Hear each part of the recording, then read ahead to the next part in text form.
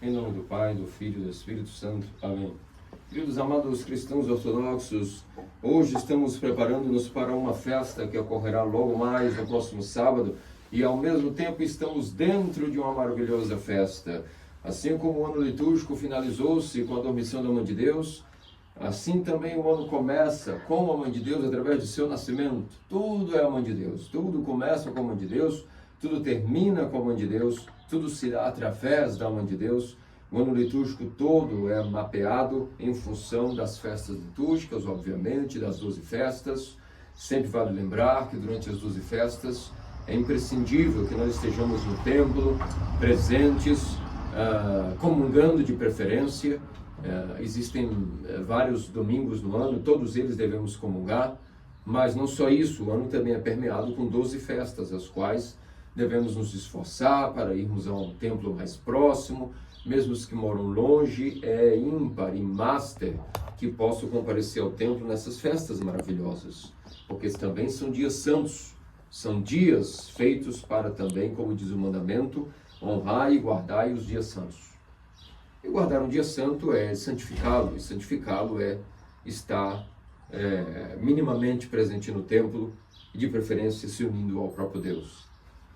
Antes de nós falarmos sobre essa maravilhosa festa, onde toda a criação se rejubila em ti, ó Theotokos, porque de fato toda a criação, desde a queda de Adão, só estava com um objetivo, durante todo aquele transcurso dos descendentes de Adão, até algum dia que fosse, o único objetivo era que nascesse uma virgem dotada de um tipo de pedigree especial, de uma qualidade diferenciada, para que pudesse nascer um Messias. Todo o Antigo Testamento tem apenas isso como objetivo. Nós já retomaremos esse tema para entendermos como é que se deu tudo isso e qual é a natureza da Mãe de Deus, que é ao mesmo tempo igual a todos nós, mas ao mesmo tempo é diferente de todos nós. Em que a Mãe de Deus é igual a todos nós e em que ela é diferente de todos nós é o que nós já falaremos após primeiro entendermos o que foi lido no Evangelho de hoje, como domingo anterior à festa da exaltação da Santa Cruz. Tanto a Santa Igreja Ortodoxa, especialmente as de rito bizantino, exaltam a cruz. A Santa Cruz é posta tanto em evidência no rito bizantino que podem estudar todos os ritos que já existiram. Obviamente, hoje só restou dentro de uma confissão de fé ortodoxa verdadeira aqueles que são de rito bizantino, mas houveram outros ritos também ao longo do passado. Mas nenhum deles exaltou a cruz como rito bizantino. Quando nós lemos no Evangelho de hoje, que assim como Moisés ergueu a serpente no deserto, também seria necessário que o Filho do Homem também fosse erguido para nossa salvação. Esse é o Evangelho que foi destinado para o domingo anterior à festa, que ocorrerá agora, sexta-feira à noite vigília, sábado liturgia, em relação a essa festa do Honorável Madeiro da Cruz, que comemoramos ela tanto agora, em setembro, a primeira vez do ano litúrgico, depois, durante a grande quaresma, no meio da quaresma, e também no abrir do mês de agosto, na procissão do Honorável Madeiro também. 3 vezes ao ano a Santa Igreja venera a Santa Cruz. E tão especial é a cruz para a Santa Igreja Ortodoxa, volto a dizer, especialmente no rito bizantino, que foi determinado um domingo anterior e domingo posterior à festa da cruz, para que entendamos bem o que significa a cruz. E como eu dizia, naquele episódio do Antigo Testamento, da serpente de bronze, que está relatado no livro de Números, chegou um momento onde foi pedido pelo próprio Deus um mandamento a Moisés de forjar uma serpente de bronze e erguê-la. Fabricar uma haste de madeira, uma haste vertical, anexar uma outra haste horizontal e em cima desta haste horizontal colocar uma imagem forjada em bronze de uma serpente. Todos os sábios do Antigo Testamento, os rabinos, os levitas, os escribas, ninguém, por mais que se debruçasse a entender por que Deus pediu isso, não havia nenhum sentido. Naquele então fizeram por obediência. Já vou explicar qual foi o contexto disso. Mas isso só foi fazer sentido quando o próprio Filho de Deus, nosso Senhor Jesus Cristo, uma vez encarnado, explicou. Quando no Evangelho de hoje, de Lucas, nós lemos que justamente foi dito, de João, perdão, o Evangelho de João, especial para o domingo anterior à exaltação da Santa Cruz, disse o seguinte: assim como Moisés ergueu a serpente no deserto, da mesma maneira é necessário que o Filho do Homem seja erguido para a vossa salvação. Agora sim há uma explicação que durante toda a vida do Antigo Testamento e até nosso Senhor Jesus Cristo explicar isso bem explicado, que era um símbolo e uma analogia a ele, era algo que estava ainda não explicado, era um símbolo e um mistério obscurecido, que somente faria sentido quando ele explicasse e ele também desse cumprimento na pessoa dele, crucificado e elevado também numa haste, essa haste uma cruz, um madeiro. Depois que o povo de Israel fugiu do Egito, do domínio do faraó, eles ficaram vagando 40 anos rumo à terra prometida. E aquela primeira geração que escapou do Egito, os seus ossos tiveram que ser enterrados no próprio deserto. Porque tão duros de coração eram, tão teimosos, tão ingratos, que eram dignos de entrar na terra prometida. Então foi salutar que a geração que escapou do Egito fosse enterrados seus ossos ali mesmo no deserto. E no deserto, se vocês imaginam um período de 40 anos, houve uma outra geração que nasceu no deserto. Foi criada no deserto. Passaram infância, adolescência e a idade adulta no deserto. E foram purificados como homens e mulheres fortes por natureza, finalmente humildes. E não presunçosos como a primeira geração, pérfida, que escapou do Egito, e logo reclamou que estavam sentindo falta da comida do Egito. E Deus fez chover maná para eles. Reclamaram que faltava algo mais substancial. E Deus fez chover codornizes, carne de ave, riquíssima em proteína para eles. E eles reclamaram que ainda sentiam falta dos manjares do Egito. Dos pudins, dos manjares do Egito. Um povo cabeça dura, um povo cri-cri, um povo cheio de manias, cheio de particularidades, que já não era mais aquele espírito que se esperava de um povo que foi eleito por Deus, que Deus, uma mão poderosa, abriu o mar vermelho diante deles para que pudessem escapar, matou os primogênitos do Egito, enviou para eles o libertador e legislador Moisés. E o que aconteceu foi que, como nada é garantido, esse mesmo povo que tinha uma bênção particular e exuberante por parte de Deus, foi abandonado pelo próprio Deus. Deus não é obrigado a ficar insistindo para que alguém o siga. Se alguém não quiser, essa pessoa não é que Deus a abandona, ela mesma afasta a graça de Deus dela. E foi assim que ocorreu com a primeira geração. Eles foram completamente expulsos, eles foram completamente libertados do Egito, mas não conseguiram se libertar de seus próprios problemas pessoais, de suas próprias manias, de suas próprias inclinações à ingratidão. De tal maneira que ali mesmo foram enterrados no próprio deserto. E outra geração mais purificada pôde entrar na terra prometida. Só que essa geração ingrata ocorreu um problema. Quando eles resistiram tanto às bênçãos de Deus, por assim dizer, eles afastaram a bênção de Deus deles e ficaram abandonados, sem a graça de Deus. Até a natureza, ao ver aqueles corações duros e que a graça de Deus foi afastada deles, até a natureza se rebelou ao ver que a graça de Deus se foi.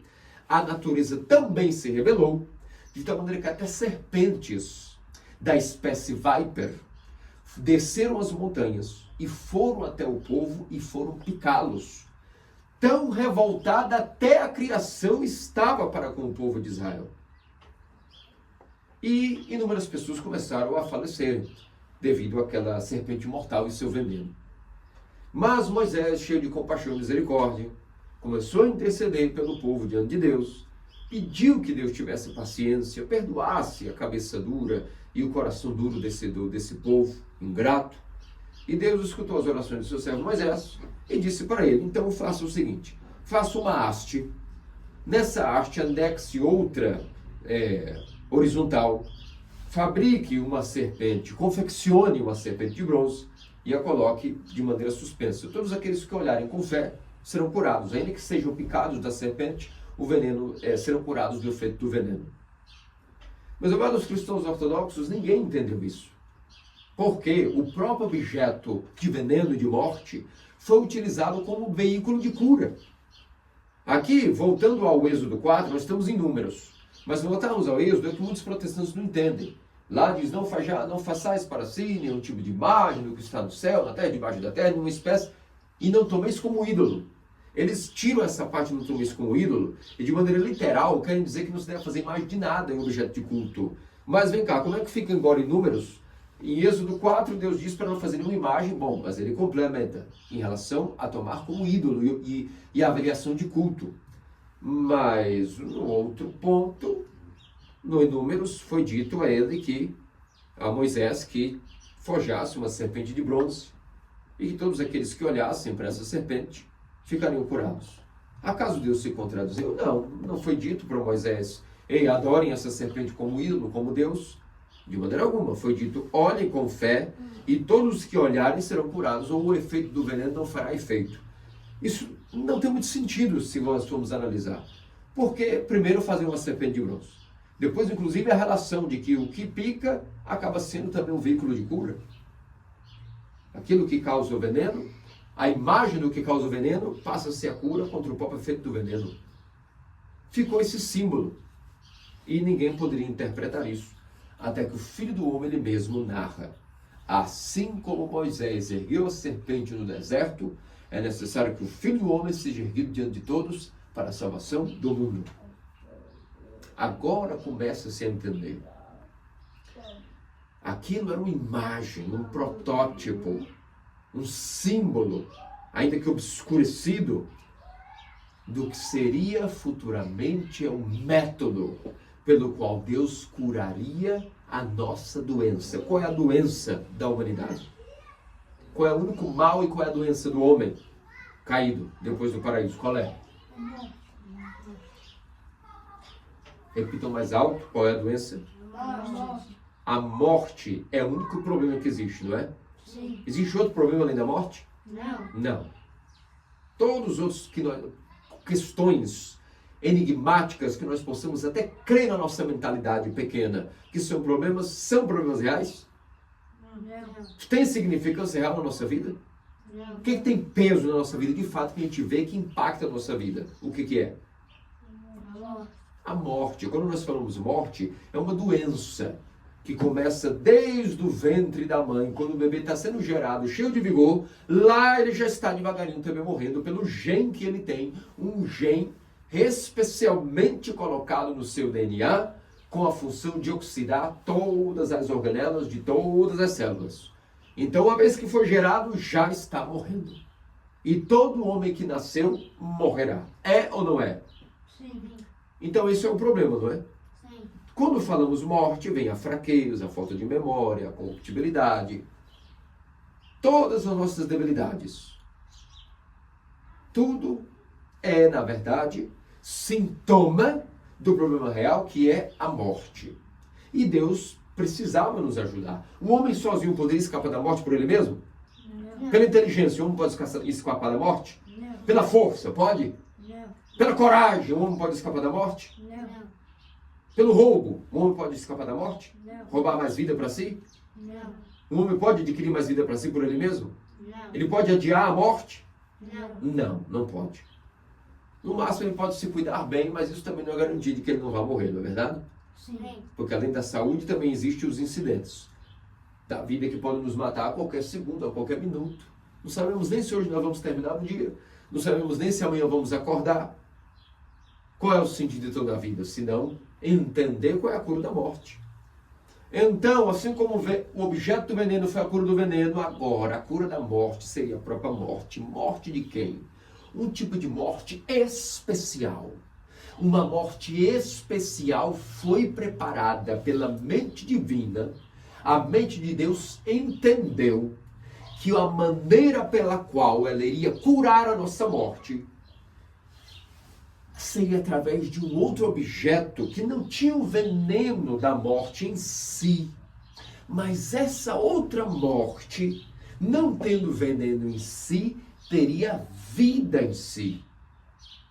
Seria então compreendido agora por que lá no livro dos Números, o povo doente pelo veneno da serpente foi curado ao olhar e ter fé de que Deus poderia curá-los do veneno da própria serpente ao contemplar uma serpente de bronze.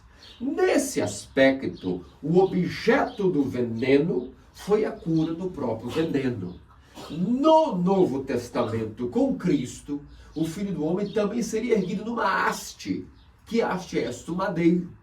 A sua morte seria cura para a nossa morte. Quando Cristo morreu, ele pisou e destruiu a morte ou não?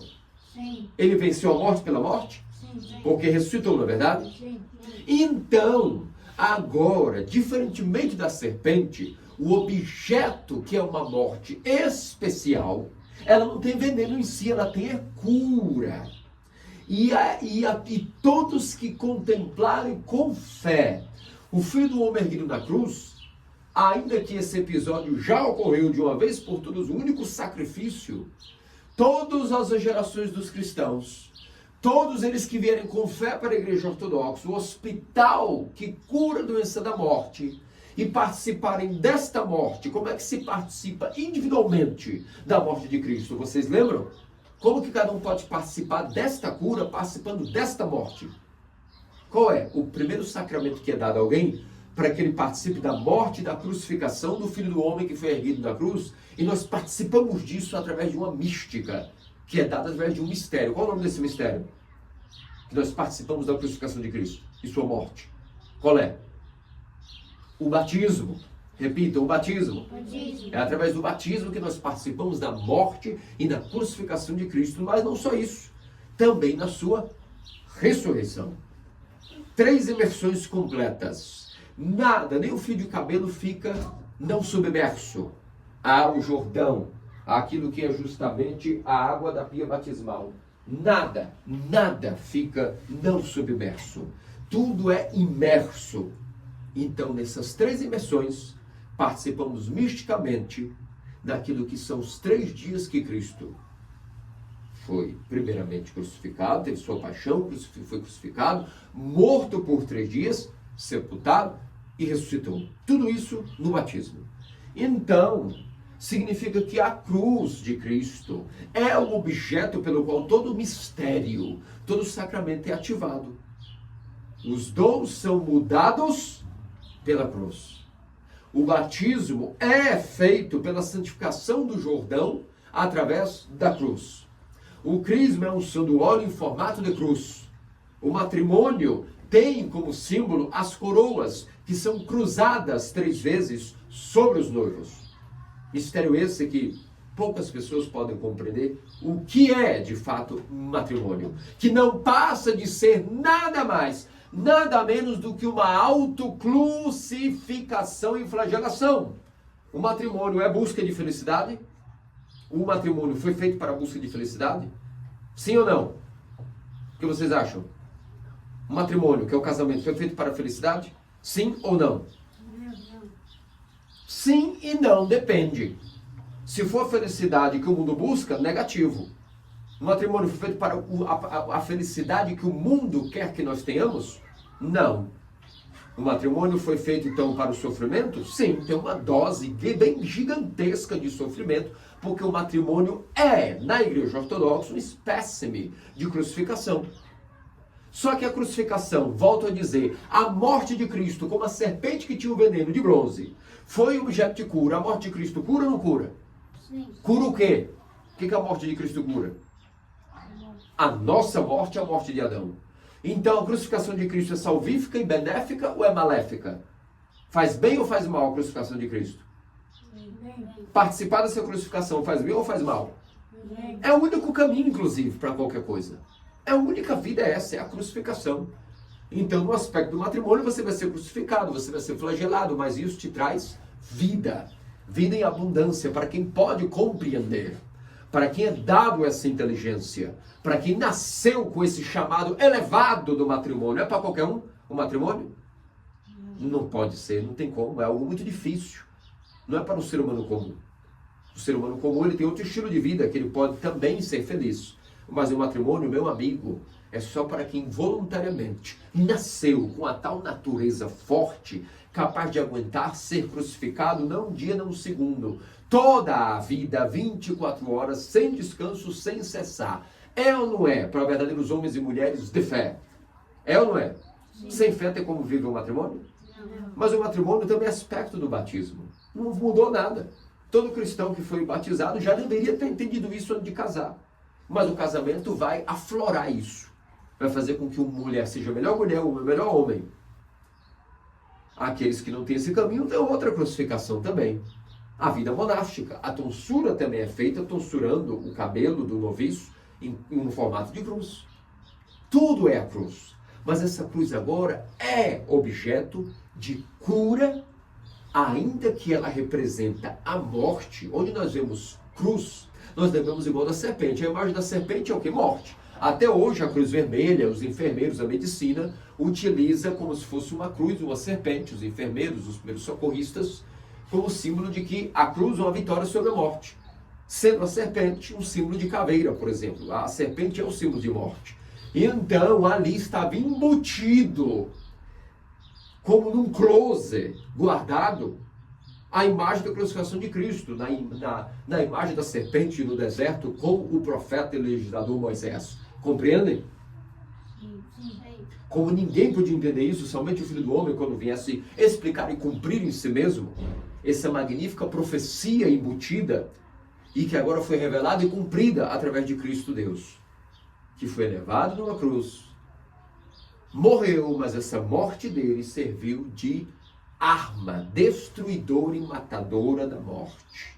Assim como os que foram picados pelo veneno da serpente foram curados ao ver da serpente, assim também todos os que são doentes com a morte, ao contemplar o Cristo crucificado, crerem nele, participarem dessa morte no seu batismo, também terão neles vida. Agora essa morte da cruz não possui veneno, ela possui cura, por isso que nós dizemos, o vivificante madeiro da cruz. É por isso que nós celebramos já sábado que vem a festa da elevação do preciosíssimo madeiro vivificante da cruz. Algumas orações até falam com a cruz, como se fosse uma pessoa, como se fosse uma primeira pessoa, dirigindo-se a ela. Por que a cruz é o único objeto inanimado que a igreja faz orações como se fosse conservando com ela como se fosse uma pessoa? Por causa disso, para denotar ao fiel teologicamente de que aquela cruz tem tanta vida nela que ela é como se fosse uma criatura viva. Claro, sem entrar em panteísmos ou sem entrar em adorações falsas, não é isso? É uma análise teológica mística, é uma conotação que se dá à cruz, de que tanta vida há nela, que algumas orações dizem assim, salva, Senhor, o teu povo, abençoa a tua herança. Através de quê? Do madeiro da cruz. Toda a salvação vem através da cruz. Todo o estilo de vida do universo foi criado lá no princípio através da cruz. Deus criou os pontos cardeais, norte, sul, leste e oeste. Abraão, Isaac, Jacó deram as bênçãos através de cruz. Todos esses detalhes nós veremos no sábado. Mas o que importa é isso, de que o estilo de vida do cristão também é a cruz está embutida, como num closet fechado, a cruz também ela vai sendo revelada nas mentes dos fiéis, de que a vida sem cruz, na verdade, nem tem graça. Quando nós começamos a provar do sabor do cristianismo, o cristianismo é o caminho do amor. O caminho do amor é o caminho de crucificação. E não existe graça em viver caminho que não seja caminho do amor. Não tem nenhum tipo de estilo que seja favorável, não tem felicidade. Como eu volto a repetir, não tem graça viver se não for o caminho do amor. E não há outro caminho do amor senão o caminho da cruz, da autocrucificação. Quando os apóstolos explicaram isso aos pagãos, vocês não têm ideia de como os pagãos, tão vazios de suas crenças, ao escutarem isso, fez tanto sentido aos pagãos escutarem essa pregação tão poderosa sobre a cruz, que de cabo a rodo, de rodo a cabo, todo mundo foi se convertendo ao cristianismo nos primeiros 1000 anos do Novo Testamento. Onde quer que um apóstolo pregasse, todos se convertiam a essa maravilhosa e poderosíssima pregação, semelhante ao que eu estou dizendo aqui a vocês. Porque isso ativa lá no nosso coração, existe lá um local secreto, que também é um local chamado cruz. É a sede do nosso intelecto, a sede da nossa inteligência, do nosso ser, da nossa alma. Está ali, é uma cruz também, ela só está esperando uma coisa: o Filho do Homem ir lá, instaurar-se no meio da sede do homem. Porque lá é um templo que está vazio, mas precisa ser habitado por um Deus. E quando os pagãos assim entenderam, logo entenderam que todas as suas crenças eram baratas filosofias, inclusive que toda a filosofia é falsa. Existe algum filósofo que pregou autoflagelação, autocrucificação, autonegação de si? Não. No máximo, Platão conseguiu, através da sua busca honesta, dizer: um dia haverá um Deus crucificado. Mas toda a filosofia não serve para esse tema que nós estamos falando. Estamos falando de algo que está sobrenatural, está acima de qualquer natureza humana caída. Agora nós estamos sendo levados para o que nós nunca deveríamos deixar de ser, que voltamos a ser como a Theotokos quando nasceu, que é o que nós já veremos. Mas na verdade houve um acidente com a queda de Adão e ele perdeu todo esse estilo de vida da cruz. Tanto que no paraíso, no centro do paraíso, foi fincada uma cruz. Tinha um madeiro, que era o fruto da árvore da vida. Adão provava disso, não morria. Agora, ele teve que ter a prova de outro madeiro. Nós temos outra madeira, outra árvore, que nós temos agora um fruto. Quando a gente olha a cruz, é como se fosse um tronco de uma árvore. As folhas estão ali, invisivelmente. Mas o fruto que dá nessa árvore é o Cristo. Que fruto é esse? O seu corpo e sangue salvífico. Novamente, vem pela cruz. O corpo e sangue de Cristo que salva. Os santos e cantos misteriosos dons, eles vêm da árvore da cruz. É o fruto que essa árvore deu. Só que essa árvore tinha que vir da raiz de Jessé. Depois da raiz de Jessé, tinha que ser podada várias gerações, até que deu até o Theotokos, que é o que nós já veremos em detalhes. Mas na ponta de todos esses ramos deram frutos. Esses frutos chama-se o Cristo Salvador, seu santíssimo corpo, seu preciosíssimo sangue, que nos dão essa vida eterna. Então agora o que acontece? Assim como a serpente no deserto de bronze foi objeto de cura, assim também o que Adão caiu e perdeu no paraíso, não podendo mais ter acesso da árvore da vida, ele foi expulso do paraíso e, portanto, não tendo mais a árvore da vida, gradativamente foi envelhecendo e um dia morreu. Lá com quase 1000 anos de idade, mas morreu mesmo assim. Foi preciso milênios para que novamente o ser humano pudesse ter acesso à árvore da vida. Se nós não comungamos constantemente o corpo de Cristo, acontece o mesmo que aconteceu com Adão. Por que é importante a comunhão frequente? Porque, veja bem, a participação no batismo nos inaugura a participação na morte, na crucificação de Cristo. Depois disso, nós temos que sair do batismo, imediatamente ser crismados, e depois imediatamente comungar os santos dons. Depois que nós comungamos os santos dons naquele dia do batismo, nós vamos constantemente ter uma obrigação de, assim como Adão no paraíso constantemente tinha que comer do fruto da árvore da vida, assim também, constantemente nós, no paraíso da Igreja Ortodoxa, que é o Novo Éden, todos nós também temos a obrigação de constantemente comer do fruto da árvore da videira, que é o corpo e sangue de Cristo, nós voltamos a morrer também. As pessoas acham que tudo é dado por garantido. Isso é uma mentalidade muito equivocada. Todo domingo, ou de preferência todos os dias, se fosse possível, precisamos renovar a participação nessa crucificação, nesse olhar com fé para a cruz de Cristo no altar, na capela, no nosso estilo de vida, mas sobretudo na capela, no altar, no santuário, nas catedrais. E olhando esta nova imagem da serpente de bronze, agora o Filho do Homem, renovarmos em nós novamente aquilo que é a vida, ou seja, a participação da morte de Cristo, continuamente através do nosso batismo, e comungando desse fruto da árvore da vida, comungando aquele que através de sua morte destruiu a morte, tendo em seu corpo, portanto, um tipo de corpo que venceu a morte e está ressuscitado, nós que somos os mortais, vamos anulando e freando o avanço da morte em nosso ser, de tal maneira que primeiro as células, vamos dizer, as veias da alma, serão alimentadas com esse corpo e esse sangue. Então a alma será também imortal. E as veias do corpo, recebendo a graça que a alma recebeu e que o corpo também recebeu em cada comunhão que recebemos, ainda que nós vamos morrer, esse corpo energizado por essas comunhões que nós comemos enquanto vida, esse corpo agora vai descansar, suas células, suas organelas, seus elementos vão estar na natureza vagando, mas no momento oportuno voltarão a se reintegrarem para nós no dia da ressurreição. Essa é a interpretação e explicação final de tudo aquilo que Moisés, no livro dos Números, estava explicando no Antigo Testamento para aqueles que eram justamente o povo eleito.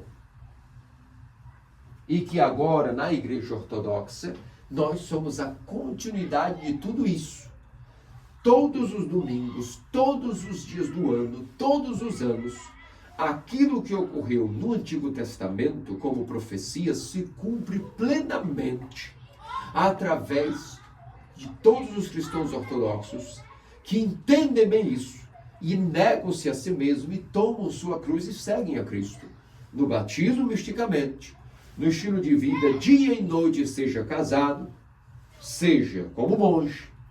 Na vida solteira, sim, é uma possibilidade, mas precisam também entender isso, de que precisam viver como leigos, então, como verdadeiros cristãos piedosos, e então, comungando frequentemente os santos dons, participando dessa morte e ressurreição constantemente, terão também, ao contemplar o madeiro da cruz, vida em si, vida abundante em si, retomando aquilo que Adão tinha no paraíso.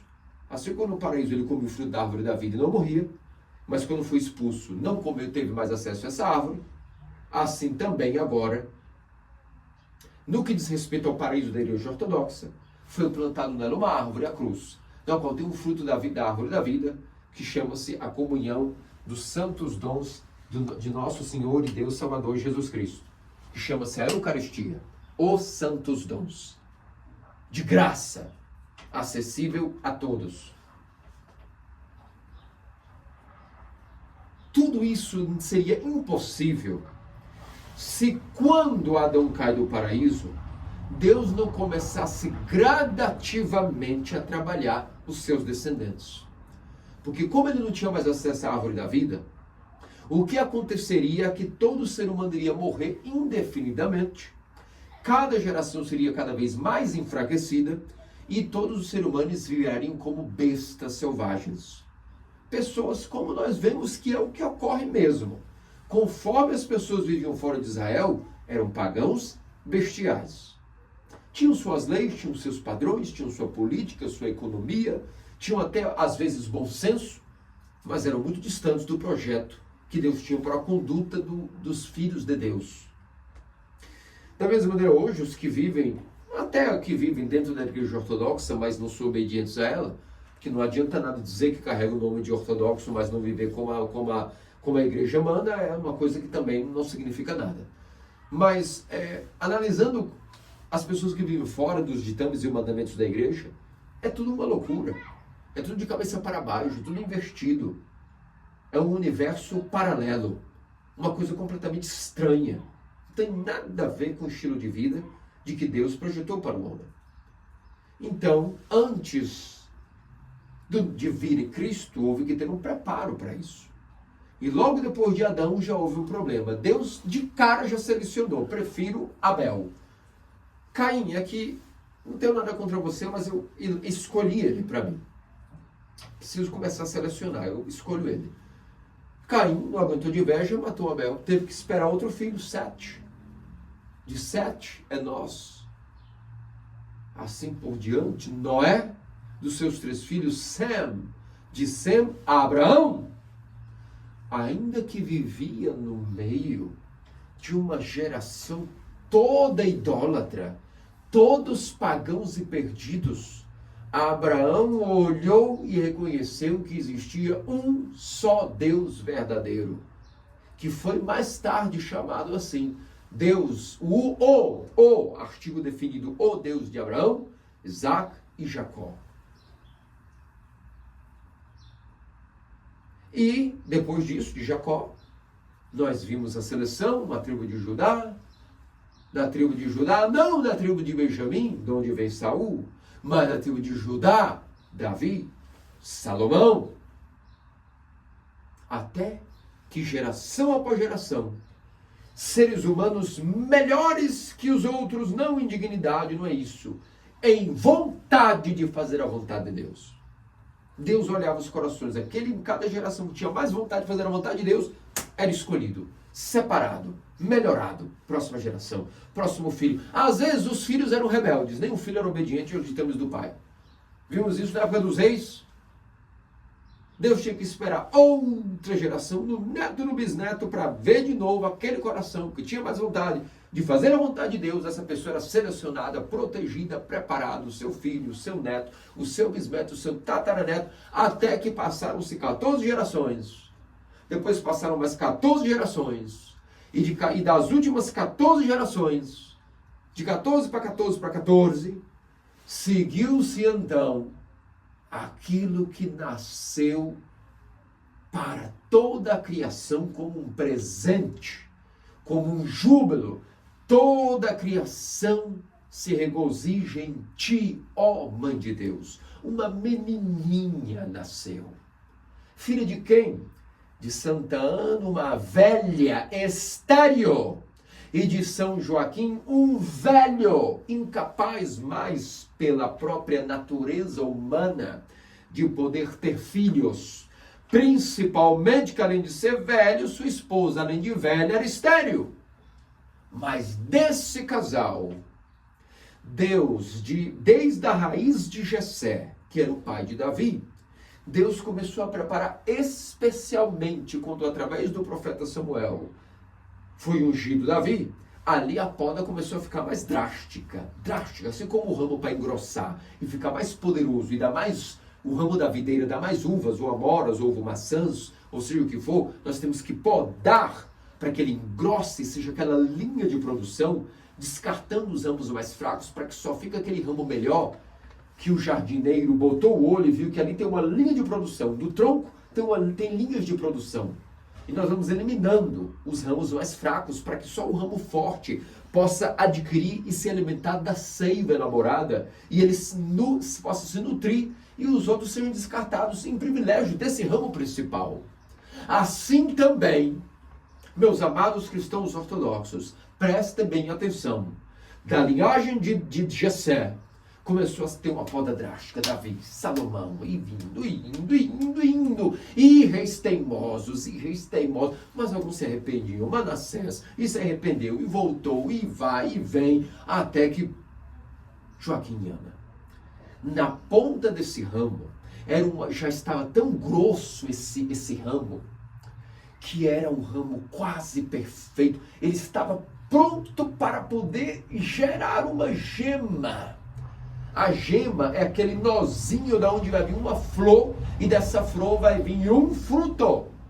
Era tão poderoso a ponta desse ramo, através de Joaquim e Ana, que eram seres humanos quase perfeitos. igual que os seus parentes de primeiro e segundo grau, como Elizabeth e Zacarias, que eram parentes, que geraram o precursor João Batista. Esses seres humanos tinham a tal vontade dentro deles, era uma linhagem pedigree, melhorada. Até o DNA era diferente. A vontade, o aparelho que eles eram em fazer a vontade de Deus era muito fortalecido. Eram pessoas que dia e noite em si tinham uma disparada em relação a outras pessoas, uma disparada volição. O que é a volição? Vontade, energia, disposição em fazer a vontade de Deus. E quando Deus viu aquele casal estéril, humilde à humilhação final, que era não poder ter filhos e serem impedidos de oferecer o sacrifício no templo pelo sacerdote Rúben, a humilhação deles foi tão grande que o coração deles foi derramado em lágrimas. E a última purificação foi tão grande assim como uma gema. Você está esperando um último orvalho da manhã para germinar? O último orvalho nessa manhã da aurora da humanidade, desde a queda de Adão, foi o sofrimento final de Joaquim e Ana, que foram humilhados. Nem no templo podiam pisar. Foram expulsos como se fossem nós hoje expulsos da igreja. Foram abandonados ao deserto e aos anjos. E Joaquim foi ao deserto orar na caverna de Santo Elias. Ana foi ao jardim de sua casa ajoelhar-se. E ambos prometeram assim: só saímos daqui quando Deus nos der um filho agora. Desafiaram Deus numa ousadia tamanha que obrigou Deus a cederem diante da humilhação deles. Obrigaram a Deus a ceder. Se Deus cedeu a eles é porque eles agradavam muito a Deus. E dessa gestação desse casal nasce uma menininha. E toda a criação no dia de hoje, nessa festa do 10ª magnífica, esplendorosa, no final dessa rama veio uma flor. E essa flor de fato era belíssima, era a coisa mais bela. Quando os anjos viram que no ventre de Ana foi gerada essa menininha, ela nasceu. Até os anjos será a coisa mais bela que Deus já fez. Não há coisa mais bela nem entre os anjos, nem na terra, nem animais, nem flores, nem árvores, nada. É a criatura mais bela que os anjos, mais bela que os querubins, que os serafins, mais honorável, mais exuberante que toda a criação podia imaginar. Depois dela só podia vir Deus. E de fato depois dela veio Deus, Deus encarnado nela. E abaixo de Deus tem que vir ela. Essa é a história que hoje eu gostaria de contar a vocês. Como nasceu a Mãe de Deus? Como se deu esse processo? De seres humanos preparados, selecionados, melhorados, até no DNA, em relação a quê? A disposição de ver a vontade de Deus, nasceu uma menininha que tinha muita, mas muita, perfeitíssima, inquebrantável vontade de fazer a vontade de Deus. O que aconteceu depois que ela nasceu? Então, observou-se duas coisas. Ela era comum e igual a nós em uma coisa. Mas ela era totalmente diferente de todos nós em uma outra coisa. Querem saber o que é ou não? Sim. Ou estão cansados? Querem saber o que é ou não? Sim. Sim ou não? Sim. O que a Mãe de Deus era igual a todos nós? Ela nasceu de pai e de mãe ou não? Sim. Ela tinha pai? Qual é o nome do pai dela? Joaquim. São Joaquim. Ela tinha mãe? Sim. Qual é o nome da mãe? Ana. Santa Ana. Então ela nasceu de seres humanos, não foi? Sim. Todo ser humano nasce com pecado ou sem pecado? Com pecado. Óbvio, não é? Todo ser humano herda de Adão a corruptibilidade, a morte. Então a Mãe de Deus foi gerada no pecado ou não? Sim ou não? Sim. Todo ser humano é gerado no pecado. Significa que todo ser humano no ventre já tem pecado? Não, foi gerado no pecado. Gerado no que nós chamamos, na verdade, pecado é uma palavra que cai mal, mas a Escritura vai adaptando isso. Mas na verdade significa todo ser humano é concebido em pecado. Em que sentido? Que o ato de o pai e a mãe fecundarem aquele óvulo é algo pecaminoso? Não. É uma explicação para o seguinte: todo ser humano caído já tem em suas veias uma doença. Qual doença tem nas veias de todo ser humano? A morte. Quando a gente gera um filho, ele herda nas nossas características? Sim. Sim. A gente passa para os nossos filhos que a gente é. Se você é um molenga, nem tenha filhos, porque você vai gerar só molengas. Seja humilde, vai ser um solteirão, vai servir a igreja, vai servir o exército, vai servir outra coisa. Se é molenga, não tenha filhos. É o conselho que eu sempre dou. Tu és molenga, tem outro destino para ti, menos um matrimônio. Tu és molenga, tu és um fofarrão, és um ser humano à média inteligência, meio talento, comportamento mediano, não serve para casar. Faça uma boa assim, não case. Ah, isso é muito severo. Não, isso é amor.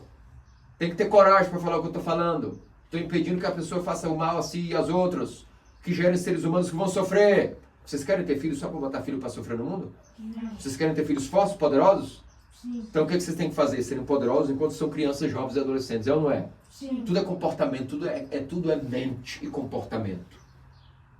Ninguém muda hábito depois de ficar adulto não, viu? A idade de mudar o hábito é agora. A educação é agora. O hábito é agora. Depois de adulto, esquece. Tudo que a gente tem de ruim só piora. Então, é isso que Deus visualizou. Tudo que eu estou narrando aqui, Deus olhou para a humanidade inteira, de Adão até Joaquim e Ana, e escolheu os melhores. Porque ele preferia? Não, por uma questão óbvia. Se não fosse assim, nasceria alguém com vontade de fazer a vontade dele? Não. Estaríamos todos perdidos. Todos nós aqui estaríamos perdidos. Então Deus teve que agir poderosamente, porque sozinho o ser humano não conseguiria fazer essa autoseleção. Só ia buscar o seu próprio conforto, a própria fraqueza, a própria moleza. Então Deus teve que ajudar, selecionando os mais fortes. Forte em que sentido? Volto a dizer. Não é melhoramento, pessoa mais predileta, no sentido de ser mais forte, no sentido de dignidade, ou com esses pensamentos de raças arianas. Não é isso. Embora alguns judeus acabaram pensando isso de si mesmos, não é isso. É em disposição humilde de fazer a vontade de Deus. É isso que significa um ser humano melhorado. Não é alto, nem baixo, nem louro, nem moreno, nem de nenhuma etnia, nem mesmo a etnia de Israel. Mas um ser humano digno de fazer a vontade do seu Deus e negar a sua própria vontade. Ter os mandamentos como seu deleite e o seu sabor. Amar mais os mandamentos do que a si mesmo. E amando mais os mandamentos do que a si mesmo, amar a Deus acima de todas as coisas e o próximo como a si mesmo. É isso, em resumo. E essa menininha, ela tinha uma coisa igual a nós. Portanto, como eu já estava falando, o pai gera as características para o filho, não gera? Sim. Como eu dizia, se é mole vai gerar o filho mole. Agora, as características passam boas e as más. No caso de Joaquim e Ana, tinham muitas, infinitas características boas. Mas na mãe de Deus, ela conseguiu reunir em si o melhor de tudo. Tanto da linhagem de Judá, quanto da linhagem dos sacerdotes levitas, pegou isso em si e ela fabricou algo dentro de si que eu vou já explicar. Mas antes disso, ela nasceu de Joaquim e Ana, e nas veias de Joaquim e Ana havia a morte, a chamada corrupção, que é fruto do pecado. E todo ser humano acaba pecando. Obviamente, algum pecado Joaquim e Ana também cometeram. E ela recebeu essa doença, porque era filha de Adão, por assim dizer. Ela não foi concebida de maneira imaculada. Foi concebida de maneira em corruptibilidade, pelo coito. Ali passou-se a corrupção. Então a mãe de Deus era igual em todos nós, no sentido que ela também, sendo filha de Adão, nasceu com a doença da morte, correto? Sim. A mãe de Deus nasceu igual a todos os seres humanos, com algo igual a nós. Nisso ela era igual a todos nós. Ela nasceu com a mortalidade, com a doença da corrupção nela. Mas ela tinha uma coisa que era diferente de todos os seres humanos. Uma capacidade única de extrair o melhor do que ela recebeu, e já ali pequenininha, um bebezinho, 3 anos de idade, quando entra no templo, já vimos que a disposição dela era diferente de qualquer ser humano. Ela possuía uma vontade superior a todos os seres humanos em não pecar. Então a mãe de Deus foi concebida em pecado? Sim. Foi gerada no pecado? Claro, também. A mãe de Deus alguma vez sequer pecou? Não, jamais, impossível. Porque ela possui algo diferente de nós, uma vontade que ela fabricou dentro dela inquebrantável, de nunca Jamais, nenhum pensamento, nenhum sentimento, nenhuma inspiração, nada, tudo que era maligno nela dentro, ela expugnou, ela matou, ela destruiu, ela esmagou sobre os seus pés de mulher, de menina. Ao ponto de que quando Deus viu isso, que com 13 anos de idade era um ser humano que nasceu com a doença de Adão fora do paraíso, não comeu a fruta da árvore da vida nunca, mas não tinha pecado e, portanto, tinha um estado de santidade igual que Adão tinha no paraíso, ou até superior do que ele quando ele foi criado sem pecado. Deus, olhando aquela menina de 13 anos, não se aguentou e disse: agora só uma coisa para que a criação chegue ao seu ápice. Eu preciso e vou agora mesmo encarnar no seio desta menina mulher, a Virgem Maria Theotokos. Porque em todos os lugares do mundo, o mais santo é o ventre dela. É mais santo o ventre dela do que os próprios céus. Repito, o ventre da Virgem tornou-se um espaço mais digno para Deus habitar que os próprios céus. Entendam, se puderem, ou aceitem com o coração, o que foi que a Virgem fabricou nela. Ela gerou nela um lugar que era mais santo que os próprios céus, mais santo que qualquer rincão da terra. Esta menininha, então, nisso ela é diferente de todo ser humano. E se ela fez pela vontade dela. Isso não foi feito por Deus nela. O que Deus fez foi ir preparando de geração em geração, da árvore de Jessé, até chegarmos em Joaquim e Ana, que amanhã comemoramos a sinaxe deles. E vimos aí que havia condições para ela, se ela quisesse, fazer nela essa fabricação de uma volição, de uma vontade para não pecar. Mas ela não era obrigada a isso, nem foi obrigada, e sempre teve o que nós chamamos livre-arbítrio. Logo, ela fez o que quis com o que tinha nas mãos e fabricou algo melhor do que alguém poderia imaginar. Esse desenvolver um talento, receber a santidade do pai e da mãe, mas fabricar ainda mais em si, mais santidade, e como Joaquim e Ana já eram quase perfeitos, a mãe de Deus em si fabricou-se perfeita. De tal maneira que o seu ventre tornou-se mais espaçoso do que os céus. Deus não podia caber nos céus. Deus nunca coube nos céus. Deus é incircunscrito, mas se fez circunscrito na Virgem, fazendo-se um menininho habitando nela. Isso nos basta para hoje, meus amados cristãos ortodoxos. Até essas festas vão se conectando nos temas, vão se amarrando, porque tudo, na verdade, é a Theotokos, volto a dizer. Tudo vai desembocar nela. Toda a preparação do Antigo Testamento é para ela, dela, através dela, tudo para ela. E a nossa salvação também vem da cruz. A graça vem dela, mas para ter acesso a essa graça, temos que ter um estilo de vida que é abraçar a nossa cruz. Não sermos molengas, mas sermos pessoas que pedem a Deus a força e a graça de carregar diariamente a nossa cruz. E isso nós veremos logo mais no sábado, e também logo depois do sábado, aí já no domingo posterior à Santa Cruz, que mais falaremos ainda sobre essas maravilhas que a Igreja Ortodoxa guarda sobre o símbolo e os símbolos e as conotações místicas sobre a cruz. Portanto, vamos hoje exubilar-nos com toda a criação, oferecer presentes para a mãe de Deus. O maior presente que ela podia receber, ela recebeu de quem? Do próprio Deus, que se deu todo a ela, deu a ela a maternidade, mas a maternidade de Deus segundo a carne.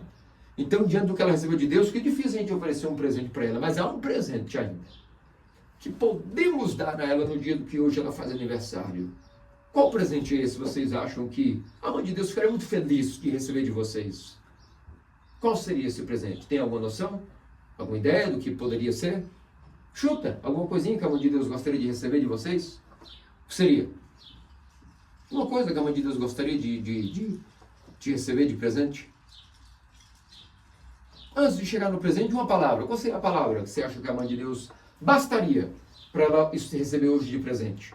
Ainda não é o que eu quero chegar, mas uma palavra que a mãe de Deus gostaria de escutar de vocês, qual seria? Que palavra seria suficiente para que a mãe de Deus sorrisse para vocês agora? E de fato, é o que vai ocorrer quando disserem. Qual a palavrinha que ela mais anseia escutar de criancinhas como vocês? Qual é a palavra? Alegra-te, cheia de graça. Isso é suficiente. Toda a oração resume-se nisso. Toda a oração, todas as orações se resumem só a isso. Porque foi a saudação do anjo do momento da encarnação do Filho de Deus. Alegra-te, ó cheio de graça. Repitem, alegra-te, ó cheio de graça. Alegre-te, ó cheio de graça. Isso basta. É o acatisto. E disso nasce a oração de Jesus. Sabia que a oração de Jesus funciona no ser humano a partir do alegra-te? É um subproduto do alegra-te. Mas o presente que ela gostaria de ter de vocês é só uma coisa. É o coração de vocês. Dar o coração de vocês a ela. Todo o coração. Esses dias eu estava escutando até uma música dessas campeiras dos homens de antigamente, dos homens do campo, e me impactou na hora. Parei de trabalhar na hora, eu joguei as ferramentas e parei e falei, quanta teologia esses homens sabem o estilo do campo. Dessas músicas campeiras de antigamente. E foi dito assim no refrão, ninguém pode ser feliz se não der todo o seu coração. Seja uma pessoa, seja a algo, alguém. Isso é verdade plena. Ninguém pode ser feliz se não der todo o seu coração. Pois demos o nosso coração todo à mão de Deus, e ela que era toda feliz, bem-aventurada, me chamarão todas as gerações.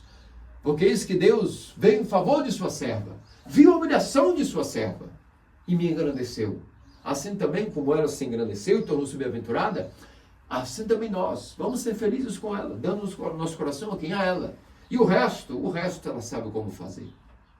Se ela soube, ainda que com natureza pecaminosa, ainda com a corrupção em suas veias, soube fabricar em si um lugar mais santo que todo o universo para Deus habitar, e inclusive ter uma volição, fabricou uma vontade nela, que é impossível de os demônios até se aproximarem e sugerir alguma coisa de pecado, então ela sabe como resolver todos os nossos problemas, não sabe? Sabe como resolver também a doença da morte em nós, não sabe? Sim. Sabe nos dar aquilo que mais precisamos quando precisamos, não sabe? Sim. Seja qual for a dificuldade, ou não é? Sim. Em todo momento, em todo lugar, em circunstância, não é? Sim. Então que o nosso país seja a mão de Deus, que a nossa pátria seja a mão de Deus, a nossa nação seja a nossa mão de Deus, a nossa bandeira seja a mão de Deus. E o nosso jargão e hino seja alegra-te, cheio de graça. Isso! Nosso Senhor Deus Salvador Jesus Cristo, faça-nos dignos pelas orações do seu príncipe, amém. Todos os santos. Amém. Amém.